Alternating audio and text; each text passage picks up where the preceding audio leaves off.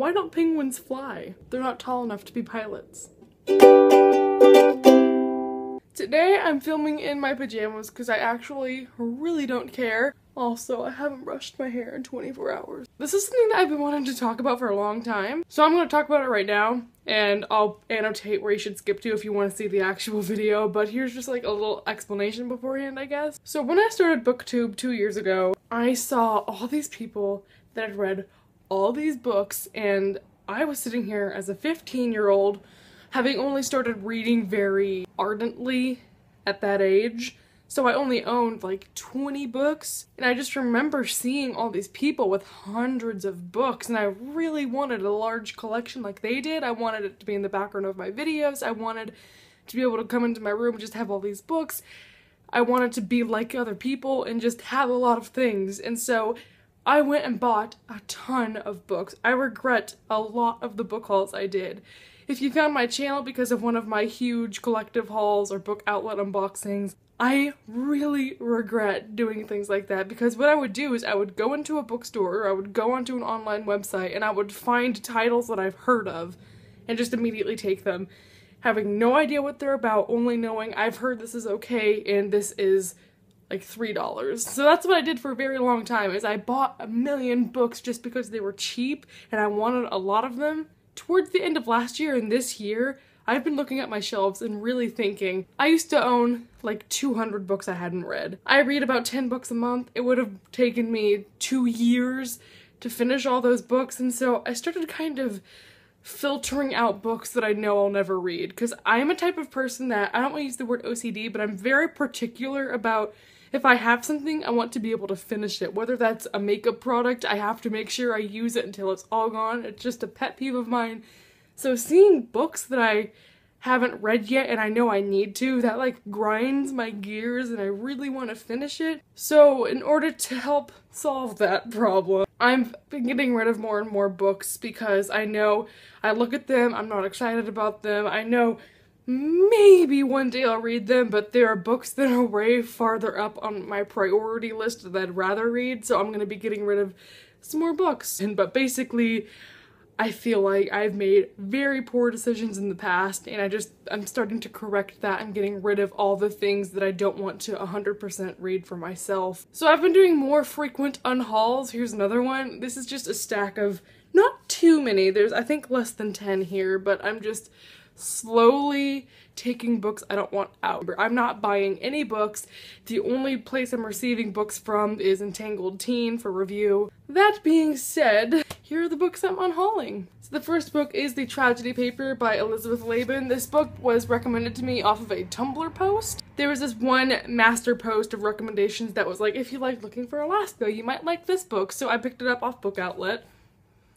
The thing about this book is that I bought it blindly. Typically, if I get recommended a book, it's by someone I know or a commenter. This was just some random person off the internet who I had no idea who it was, just a Tumblr user. I don't even know if this is good. I've never heard anything about this. I started reading it, just was not feeling it. The synopsis doesn't make me excited to read it. At this point, it's just not something I'm like superly excited about. I don't think I'll ever read it if I had the choice to. These next 3 books are all from the same author. They are All These Things I've Done, Elsewhere, and Memoirs of a Teenage Amnesiac, all by Gabrielle Zevin. These books, I honestly have thought long and hard about whether I should give them up. I take them off my shelf to unhaul them, I put them back, I just don't know what to do, and finally, I'm just putting my foot down. I don't think I'll ever read these unless I draw it out of a TBR jar. They just seem kind of mediocre. This one sounds cool. It's about a world where chocolate and caffeine are illegal, but it's just another dystopian. It's kind of like a mystery, I think, and I just don't think I'll like that. Although, I love the inside of this book. It's like a chocolate bar, and I think that's like half the reason I kept it is because of that. These other 2 books just seem kind of meh. I'm not even really sure what this one's about. And this one I've heard great things about, but I've read things similar to it. I'm just not really feeling it. And Gabrielle Zevin wrote that one book that everyone loves, the storied something of A.J. Fickery. I've been recommended it a million times, but I don't know the title.